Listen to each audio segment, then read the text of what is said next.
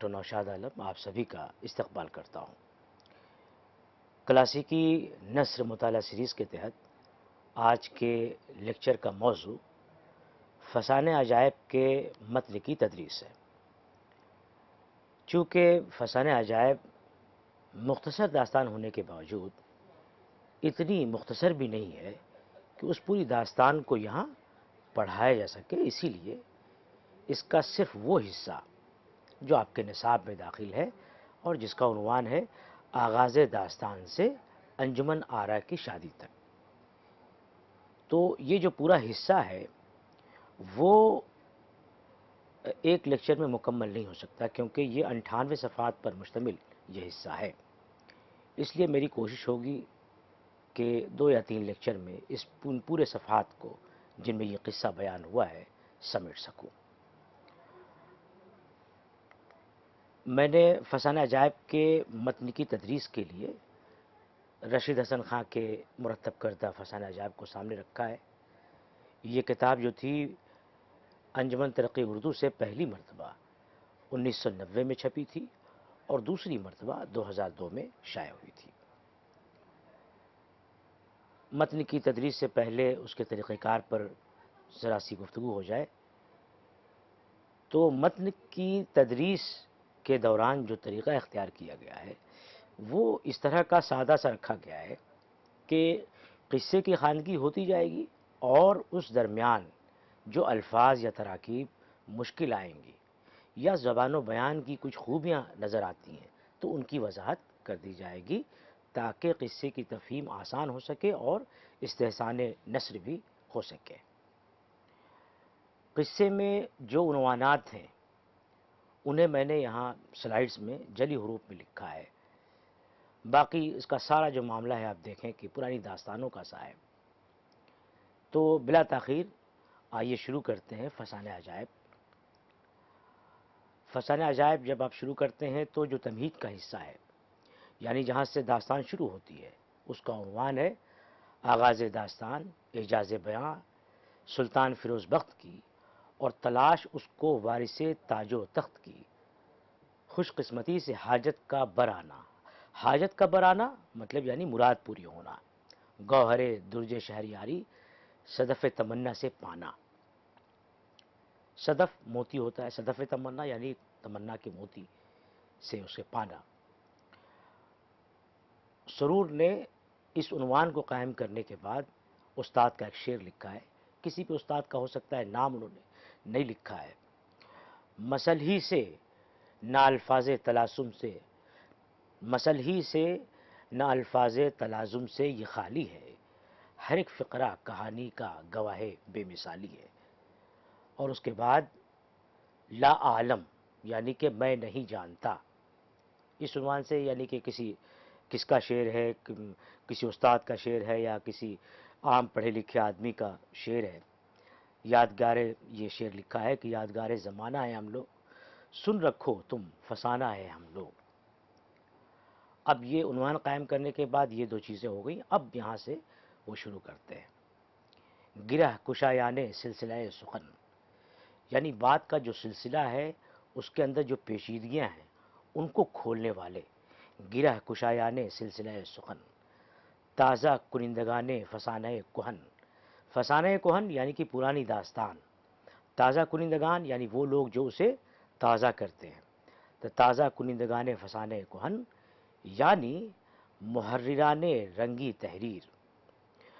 محرر ہوتا ہے منشی یعنی لکھنے والا، جو لکھتے تھے، انشاء جو منشی ہوا کرتے تھے۔ محرران رنگی تحریر یعنی کہ پرتکلف اسلوب میں جو محرر لکھا کرتے تھے۔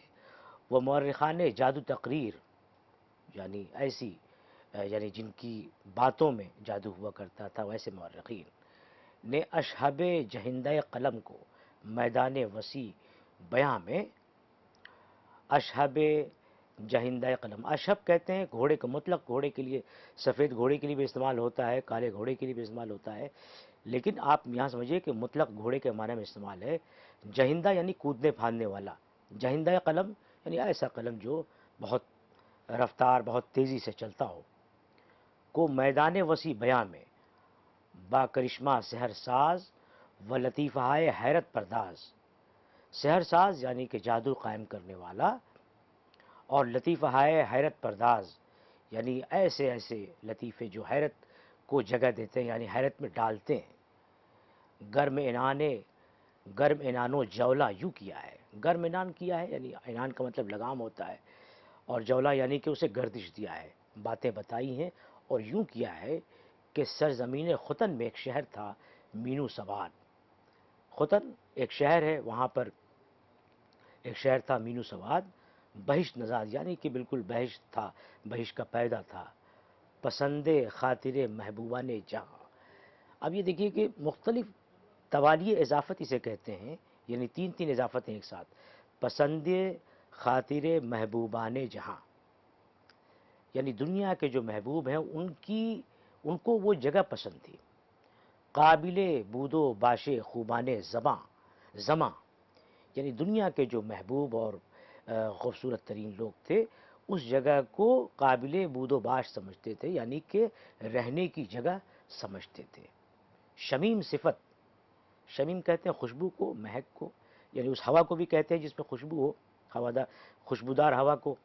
شمیم صفت اس کی معطر کنے دماغ جاں یعنی کہ دل و دماغ کو معطر کرنے والی اس کی جو ہوا تھی اس میں وہ ہے، وہ خوشبو کے مانند ہے، خوشبو کی طرح ہے. مسکن التہاب قلب. اب یہ تمہید ہے، اس کو اگر آپ سرسری طور پر پڑھیں گے تو آپ کو سمجھ میں نہیں آئے گا. بہت سارے مشکل الفاظ ہیں، ایسا نہیں کہ پوری کہانی میں یہ اسلوب انہوں نے رکھا ہے، چونکہ ابھی یہ تعارف کرا رہے ہیں تو یہ انداز اس زمانے کا تھا، اور یہ جو مذاق زمانہ تھا اس لحاظ سے انہوں نے یہ چیز لکھی ہے کہ عربی فارسی کے الفاظ بھی آ رہے ہیں، مختلف تراکیب بھی آ رہی ہیں، اور اپنی زبان دانی کو بتانا بھی ان کا ایک مقصد ہے. مسکن التہاب قلب یعنی کہ قلب کی سوزش کو کم کرنے والا، اس کو سکون دینے والا. دافع خفقہ، خفقہ کہتے ہیں ایک مرض ہے جس میں دل دھڑکتا ہے بہت زیادہ، تو روکنے والا، یعنی ایسا شہر تھا کہ اس شہر کو دیکھ کر کے آپ کو سکون اور طمانینت کا احساس ہوتا ہے. دافع خفقہ، زمین اس کی رشک چرخے بری یعنی زمین جو اس کی تھی اس شہر کی، چرخے بری یعنی کہ چرخ مطلب آسمان، بری مطلب اوپر، تو یہ جو اوپر وسیع و عریض پھیلا ہوا آسمان ہے اس کو بالکل اس کے لیے رشک کا معاملہ تھا، یعنی زمین اس کی ایسی وسیع اور کشادہ تھی. رفت و شان، چشمک زنے بلندی فلک ہفتمی. فلک ہفتمی یعنی کہ ساتویں آسمان کی جو بلندی ہے اس کو بھی ایک طرح سے تانا دے رہی تھی اس کی جو رفت تھی اس زمین کی. گلی کوچے میں خجلت دہ گلشن یعنی جو گلی کوچے ہیں اس کے وہ باغ اور باغیچے کو بھی شرمندہ کر رہے ہیں. آبادی گلزار بسانے تختہ چمن بازار ہر ایک بے آزار. اس کے بازار ایسے تھے کہ اس میں کوئی بھی شخص کو تکلیف نہیں تھی، کسی بھی شخص کو، کوئی بھی آدمی ایسا نہیں تھا کہ اس میں اسے تکلیف ہو. آزار مطلب تکلیف ہوتا ہے، بے آزار یعنی بغیر تکلیف کا تھا. مصفہ ہموار یعنی زمین اوبڑ کھابڑ نہیں تھی، یہ بالکل ہموار صاف ستھری. دکانیں نفیس، مکان نازک پائیدار. دکانیں جو تھیں وہ بالکل نفاست سے بھرپور تھیں. جو مکانات وہاں تھے وہ بالکل نزاکت سے بنے ہوئے تھے، ان کے جو ڈیزائن تھے، ان کی جو پلاننگ تھی بنانے کے اندر، خوبصورتی میں الگ تھے. اور اس کے علاوہ یہ کہ عام طور پہ یہ ہوتا ہے کہ جو چیز خوبصورت ہوتی ہے وہ نازک ہوتی ہے، لیکن یہ کہہ رہے ہیں کہ پائیدار، یعنی ایسا نہیں کہ وہ پل میں وہ گر جائے، اس میں پائیداری تھی. خلق خدا باخاطر شاد اسے فسحت آباد کہتی تھی. یعنی کہ جو مخلوق تھی اس زمین کی، مین و سواد جو جگہ بتائی شہر ختن میں، کہ وہاں کی جو عوام تھی خوشی دل سے اسے کیا کہتی تھی، اس جگہ کو فسحت آباد یعنی اس کا نام تھا. سب طرح کی خلقت، ہر طور کی رعیت رغبت سے اس میں رہتی تھی. یعنی تمام عوام جو تھے اس میں بالکل سب لوگ رعیت ہو، یعنی کہ ہر خاص و عام انتہائی خوشی سے اور انتہائی اطمینان سے اس میں رہتا تھا. والی ملک وہاں کا شاہ گردوں وقار. گردوں وقار کہتے ہیں عالی مرتبت کو، یعنی ایسا بادشاہ تھا، اس ملک کا جو رکھوالا تھا، اس ملک کا جو بادشاہ تھا وہ انتہائی مرتبت والا تھا. پرتمکین با اختیار، سکندر سے 1000 خادم، یعنی سکندر جو بادشاہ تھا اس کے جیسے 1000 خادم اس کے خدمت میں رہا کرتے تھے. دارا سے لاکھ فرما بردار، تو وہ بھی بادشاہ تھا جس کو سکندر نے فتح کرتے وقت ایران کا جو بادشاہ تھا دارا، اسے ہلاک کر دیا تھا. تو کہتے ہیں کہ سکندر سے 1000 خادم اور دارا سے لاکھ فرما بردار لوگ اس کی کہنا چاہیے کہ خدمت میں رہتے تھے. قبا و شوکت و کاؤس و حشم، مالک تاج و تخت، والا مرتبت، عالی مقام، شہنشاہ فیروز بخت نام. تو اس ملک کا جو والی تھا، بادشاہ تھا، اس کا نام کیا تھا؟ فیروز بخت. موج بخشش سے اس بحر جود و عطا کی، یعنی وہ ایسا فیاض تھا کہ اس کی جو یعنی دینے کی یعنی کہ فیاضی کی جو عادت تھی. سائلان لب تشنا سیراب، یعنی جو مانگنے والے تھے ان کی سیرابی ہو چکی تھی، جو مانگتے تھے ان کو بھرپور ملتا تھا. اور نائرہ غضب کے شعلے سے، نائرہ کہتے ہیں لپٹ کو، یعنی کہ جو غصہ ہوتا تھا وہ تو اس کے شعلے سے دشمن بد باطن. بد باطن کیا کون ہوتا ہے؟ بد باطن ہوتا ہے کینہ پرور، یعنی ایسا آدمی جو اندر اپنے کینہ پال کے رکھتا ہو. تو دشمن بد باطن کو کیا تھا کہ اس کے غصے سے کیا ہوتا تھا؟ اس کے غصے کی لپٹ سے جگر سوختہ، یعنی جگر جل جاتا تھا. بیتاب، دبدبے داد دہی، یعنی اس کی جو فریاد لوگ کرتے تھے اس کا اتنا دبدبا تھا. غلغلۂ عدالت سے، یعنی اس کا جو عدل تھا، اس کا جو عدل کا کہنا چاہیے کہ شہرت تھی. دشمن دوست جانی، ہر طرف تمام لوگ اس سے خوش تھے. اس کا عدل ایسا تھا. چور مسافر کے مال کا نگہباں، عدل کا عالم یہ دیکھیے کہ چور مسافر کے مال کا نگہبان اور ڈکیتوں کو عہدہ پاسبانی. ملک وافر، سپاہ افزوں از قیاس، سپاہ یعنی کہ فوج بہت زیادہ تھی اس کی. از قیاس، سپاہ افزوں از قیاس یعنی کہ آپ اندازے میں اس کی سپاہ کی تعداد نہیں آ سکتی. خزانہ لا انتہا، یعنی لمٹ لیس تھا. کوئی اس کا کہنا چاہیے کہ اس کو کچھ کہہ نہیں سکتے کہ بھئی اتنا ہے. لا انتہا خزانہ تھا، بے کرا. وزیر امیر جاں فشاں، یعنی وزیر اور امیر جو اس کے تھے وہ اس پر جان چھڑکتے تھے، جان نشاور کرتے تھے. تاج بخشو باج ستا، یعنی کہ تاج بخشنے والے وہ تھے امیر، اور باج ستا، تاج بخش تھا وہ اوروں کو بادشاہ بنا دیا کرتا تھا. اور جو دو رعیت تھی یا جو دوسرے بادشاہ تھے وہ مالگزاری یا جو محصول کہتے ہیں وہ دینے والے تھے، یعنی اس کی اطاعت لوگ کرتے تھے. محتاج اور فقیر کا شہر میں نام نہیں، اور فریاد آہو نالے سے کسی کو کام نہیں. رعیت راضی، رعیت یعنی کہ رعایا جو سبجیکٹ ہے، راضی.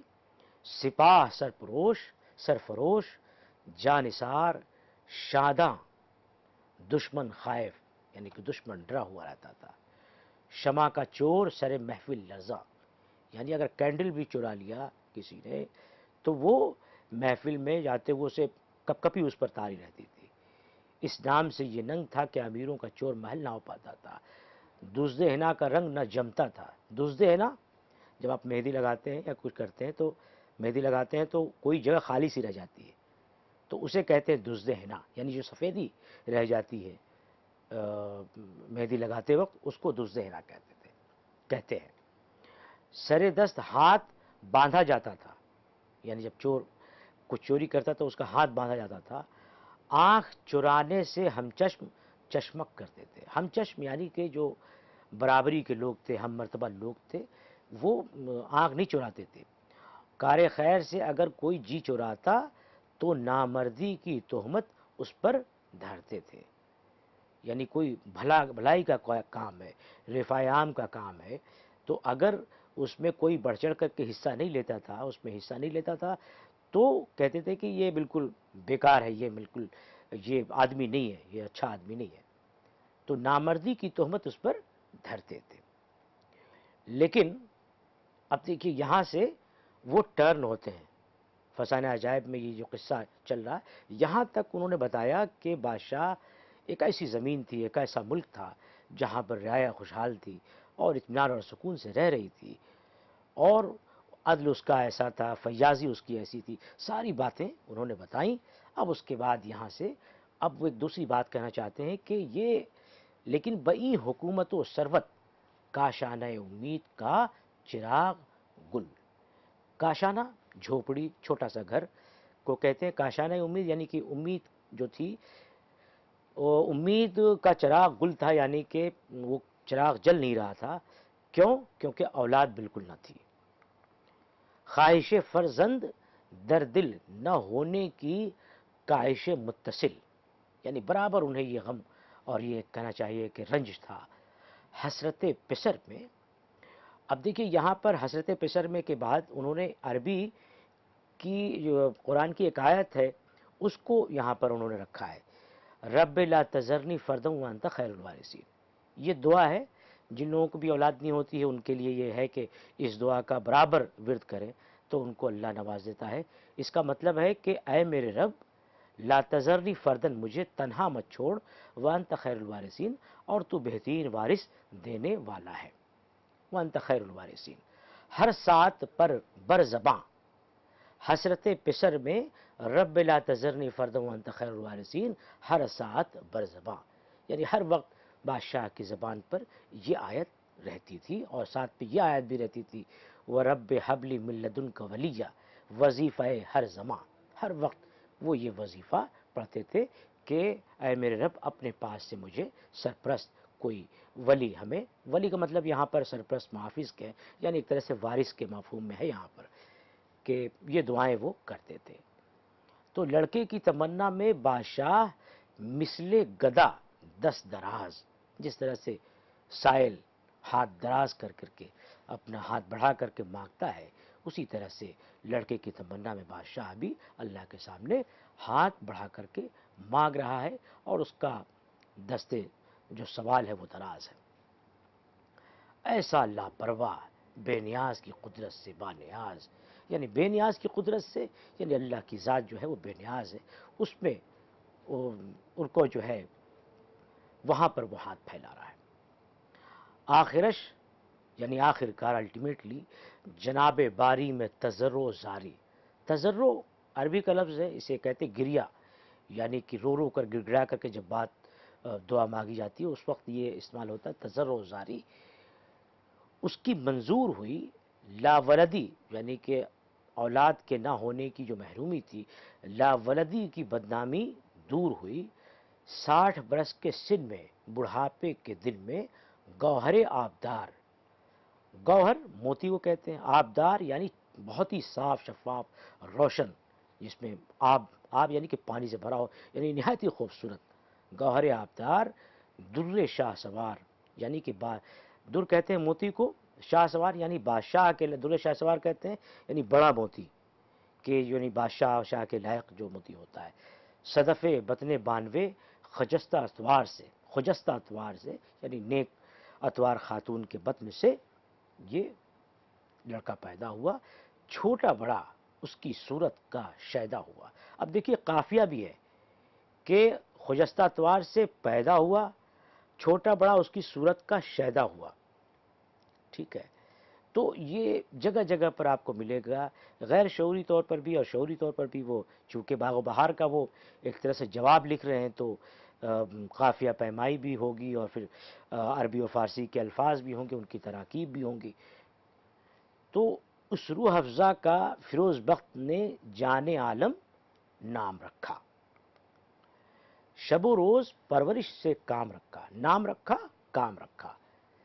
تو یہ اس پر دھیان دیتے جائیے گا کہ جو آہنگ ہے وہ بھی کتنا بہت ہی پر اثر ہے، کہ وہ قافیوں سے کام لے رہے ہیں، اور کبھی کبھی دو دو تین تین جملوں کے بعد بھی وہ کھنک آپ کو محسوس ہوگی کہ کہیں پہ کام رکھا، اسی طرح سے عام رکھا، دام رکھا، اس طرح سے وہ استعمال کرتے ہیں.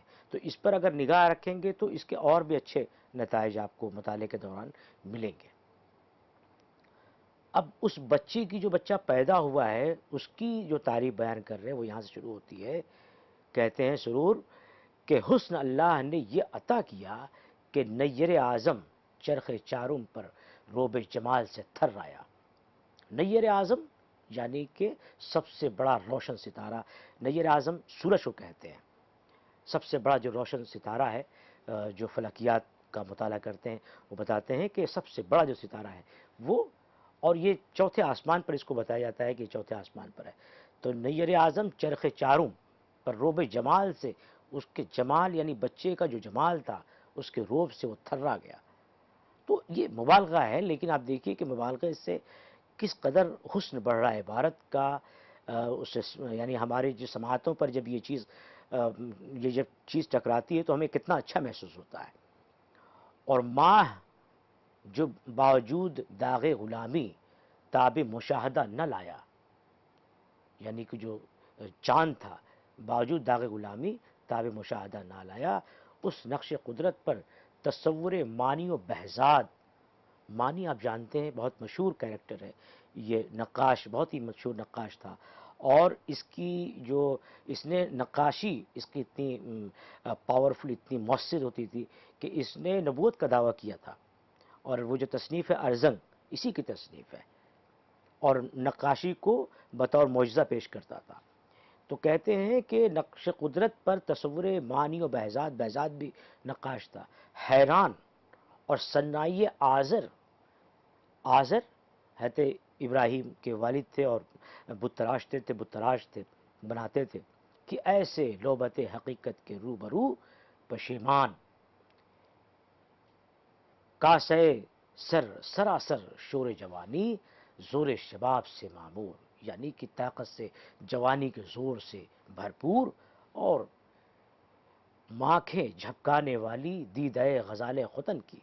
آنکھیں کیسی تھی کہ جو ختن کی جو کہنا چاہیے کہ جو خوبصورت لوگ تھے ان کی، یعنی کہ جو وہاں کی معشوقائیں تھیں ان کی آنکھوں کی طرح اس کی آنکھ تھی.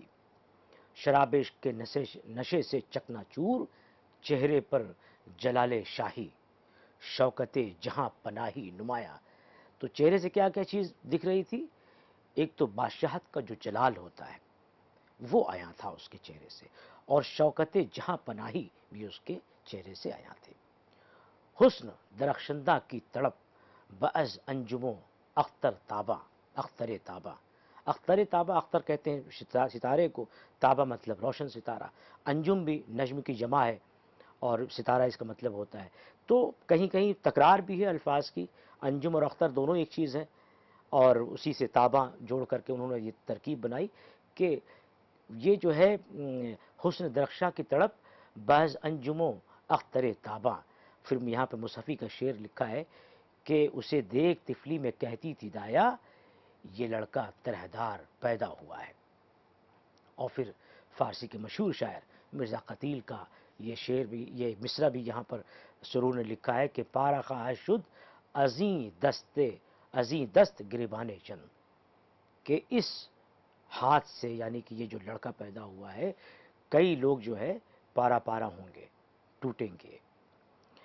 لکھا ہے کہ جب وہ مہر سپہر سلطنت برج حمل سے جلوہ افروز ہو. برج حمل یعنی میڈھے کی شکل کا آسمان کو جو کئی برجوں میں تقسیم کیا گیا ہے، اس میں جو حمل جو برج ہے وہ میڈھے کی شکل کا ہے. تو اب وہ بتاتے ہیں کہ جب وہ یعنی کہ شہزادہ وہ جب برج حمل سے وہ میڈھے کی شکل کا بنا تھا، وہاں سے جب وہ باہر آیا تو زینت بخشے کنارے مادر دہے آغوش دایا ہوا، یعنی کہ ماں کے کنارے جب پہلو میں بیٹھا تھا اور پھر دایا کی گود میں گیا. در خزانہ و محبس کھلا. تو کیا ہوا کہ بادشاہ نے جو سلطنت کا خزانہ تھا اس کا دروازہ کھول دیا اور قید خانے کا بھی دروازہ کھول دیا. ہزارہ قیدی رہا ہو اپنے گھر آیا، اور سینکڑوں لونڈی غلام نے فرمان آزادی پایا. تو اب یہ ایک طرح سے جشن کا ماحول شروع ہو گیا یہاں پر کہ بچہ گھر میں اس کی ولادت ہوئی ہے، اور چونکہ بہت ہی منت سماجت کے بعد اور بہت ہی انتظار کے بعد آیا ہے، تو ظاہر ہے کہ بادشاہ کے ہاں اس طرح، اور یہ بالکل عام سا مضمون ہے، ایسا نہیں ہے کہ سرور نے یہ کوئی بہت اچھوتا مضمون باندھ دیا ہے۔ داستانیں آپ پڑھیں گے تو آپ کو دکھے گا کہ بہت زمانے کے بعد بادشاہ کے ہاں یہ خوشخبری آتی ہے کہ اس کو وارث تاج و تخت ملتا ہے۔ تو یہ ایک عام مضمون ہے، لیکن بہرحال پیشکش کا جو انداز ہے وہ بالکل الگ ہے، بالکل کہنا چاہیے کہ اس عہد کے مطابق اور اس زمانے کا جو مذاق تھا، نثر میں جو چیزیں سننے کا لوگوں کا جس طرح سے رجحان ہو گیا تھا، اس طرح سے وہ چیزیں بیان کر رہے ہیں۔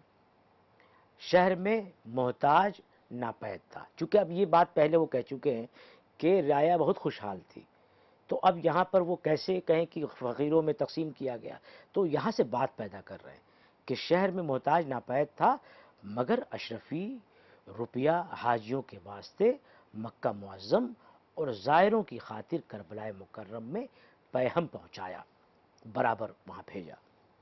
1 سال کا خراج رعیت کو معاف ہوا، جو رعایت تھی جو خراج دیتی تھی اس کا خراج انہوں نے سال بھر کا معاف کر دیا اس خوشی میں۔ شہزادے کے نام کے گنج آباد ہوئے، کئی شہر اور کئی جو محلے، کئی شہر اور کئی گاؤں اس کے نام پر آباد ہوئے، مسجدیں، مدرسے، مہمان سرا، مسافر خانے تعمیر ہوئے، اہل شہر دل شاد ہوئے۔ تو جو شہر کے لوگ تھے وہ خوشی سے پھولے نہیں سما رہے تھے۔ نجومی پنڈت جفرداں حاضر ہوئے، جفرداں یعنی غیب کا جو حال بتاتے ہیں جو لوگ، جفر ایک خاص علم ہے جس میں غیب کا حال معلوم کرتے ہیں، تو داں مطلب جاننے والا، دانستن سے یہ ہے، جفرداں یعنی کہ جفر یعنی اس علم کو جاننے والے لوگ، ان کو بلایا، بہت سوچ بچار کر برہمنوں کی عرض کی، تو برہمنوں نے کیا بتایا، تو کہ کہتے ہیں کہ مہاراج کا بول بالا، جاؤ حشم ہر دم بڑھے، مرتبہ دو بالا آلہ رہے، ہماری پوتھی کہتی ہے بھگوان کی دیا سے شہزادے کا چندرما بلی ہے، یعنی کہ بہت اونچا ہے، چھٹا سورج ہے، جو گرہ ہے وہ بھلی ہے، دیکھ دیکھ کا مالک رہے، یعنی کہ جو شہزادہ ہے وہ ہر طرح سے اس کو خوشحالی رہے گی، اسے سرداری نصیب رہے گی، دھرم مورت یہ بالک رہے، یعنی کہ دھرم کی رکشا کرنے والا، جلد راج پر براجے، یعنی کہ بادشاہت اسے جلد ملے، پرتھوی میں دھوم مچے، ایسی شادی رچے، یعنی ایسی شادی ہوگی کہ پوری جو زمین ہے، سرزمین ہے، جو پوری زمین ہے اس پہ ایک طرح سے شہرت پھیل جائے گی اس کی۔ استری 3 ہو، یعنی کہ 3 عورتیں ہوں گی، 2 کا پر مان 1 کی ہین ہو، یعنی 2 تو عزت والی رہیں گی، 1 کی ذرا سی وہ اس کی اس طرح سے عزت نہیں ہو پائے گی، مگر 15ویں برس مشترویں 12ویں آئے گی، سنیچر پاؤں پڑے گا، یعنی کہ 15ویں برس میں جب وہ داخل ہوگا تو اس پر کٹھنائی پڑے گی، ایک پکھیرو سوے کے برن میں ہاتھ آئے گا، پکھیرو وہی طوطے کی بات ہو رہی ہے یہاں پر، تریا کی کھٹپٹ سے وہ بچن سنائے گا کہ راج پاٹ چھڑا دیش سے بدیش لے جائے گا، یعنی وہ کچھ قصے کہانی سنائے گا۔ تو یہ بیان جو ہے ابھی یہ یعنی کہ ابھی بادشاہ نے لوگوں کو بلا لیا، نجومیوں کو بلا لیا دربار میں، اور اس کے بچے کے بارے میں اس کا طالع کیسا ہے، اس کا نصیب کیسا ہے، اس کے بارے میں جاننے کا جو اشتیاق ہے وہ ان لوگوں سے معلوم کر رہا ہے۔ تو برہمن بھی بتا رہے ہیں، پھر اسی طرح سے نجومی بتائیں گے، تو اس کے بارے میں بتاتے ہیں کہ کیسا کیسا اس کا راج ہوگا، اس کو کیا کیا وہ بعد میں مصیبتیں آئیں گی اور کیسا رہے گا۔ تو یہاں سے آگے ہم اس کے بعد جو قصہ ہے وہ ہم اس کو پڑھیں گے، یہاں پر ابھی اس کہانی کو روکتے ہیں اور اگلے سیشن میں ہم یہاں سے پھر سے شروع کریں گے۔